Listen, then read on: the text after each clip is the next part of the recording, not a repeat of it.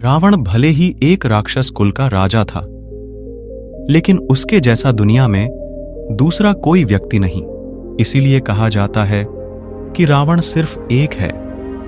लंकाधिपति दशानन महाराज रावण अत्यंत ही बलशाली, महापराक्रमी योद्धा, परम शिव भक्त, वेदों का ज्ञाता और महापंडित था। जैन शास्त्र में रावण को प्रतिनारायण माना गया है। यही कारण है कि जैन धर्म के 64 श्लाका पुरुषों में रावण का नाम भी शामिल है। रावण ब्रह्मा ज्ञानी और बहुविद्याओं का जानकार था। वह कई तरह के तंत्र, सम्मोहन, इंद्रजाल और जादू जानता था। रावण के पास ऐसा विमान भी था जो अन्य किसी के पास नहीं था।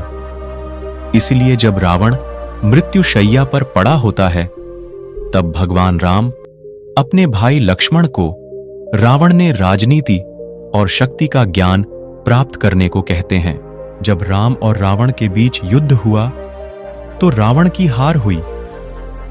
रावण मरणासन्न अवस्था में था।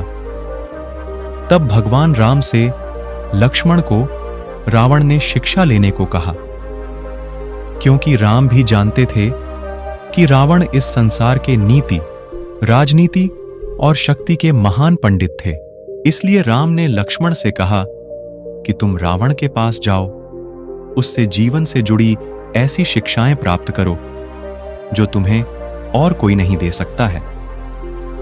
भगवान राम की बात सुनकर लक्ष्मण मृत्युशैया पर पड़े रावण के सिर के पास जाकर खड़े हो गए।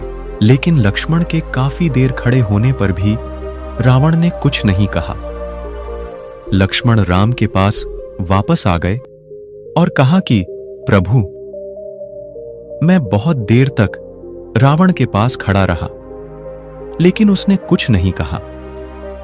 तब भगवान राम बोले कि किसी से ज्ञान प्राप्त करने के लिए उसके सिर नहीं, बल्कि चरणों के पास खड़ा होना चाहिए। इसके बाद लक्ष्मण फिर से रावण के चरणों के पास जाकर खड़े हो गए और रावण ने मरने से पहले लक्ष्मण को जो बातें बताई, वह आज भी हर किसी को जरूर जाननी चाहिए। रावण लक्ष्मण को ज्ञान देते हुए कहते हैं कि किसी भी शुभ या अच्छे काम के लिए देरी नहीं करनी चाहिए। वहीं अशुभ काम के लिए जितना मोहवश करना पड़े, उसे उतना टालने का प्रयास करना चाहिए। अपनी शक्ति और पराक्रम में इतना घमंड नहीं करना चाहिए या इतना अधिक अंधा नहीं होना चाहिए कि शत्रु तुच्छ लगने लगे।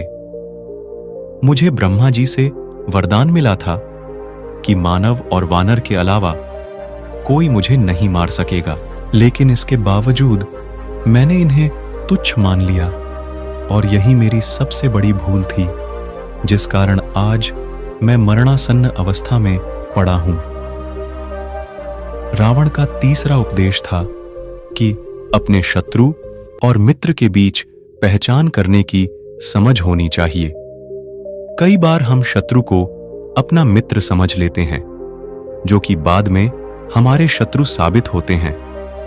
वहीं जिसे हम शत्रु समझकर पराया कर देते हैं, वही हमारे असली मित्र होते हैं। रावण ने लक्ष्मण को ज्ञान देते हुए कहा कि अपने जीवन के गूढ़ रहस्यों के बारे में किसी को भी नहीं बताना चाहिए, फिर चाहे वह आपका कितना भी सगा क्यों ना हो। क्योंकि विभीषण जब लंका में था, तब वह मेरा शुभेच्छु था, और जब वह राम की शरण में गया तो मेरे ही विनाश का कारण बन गया।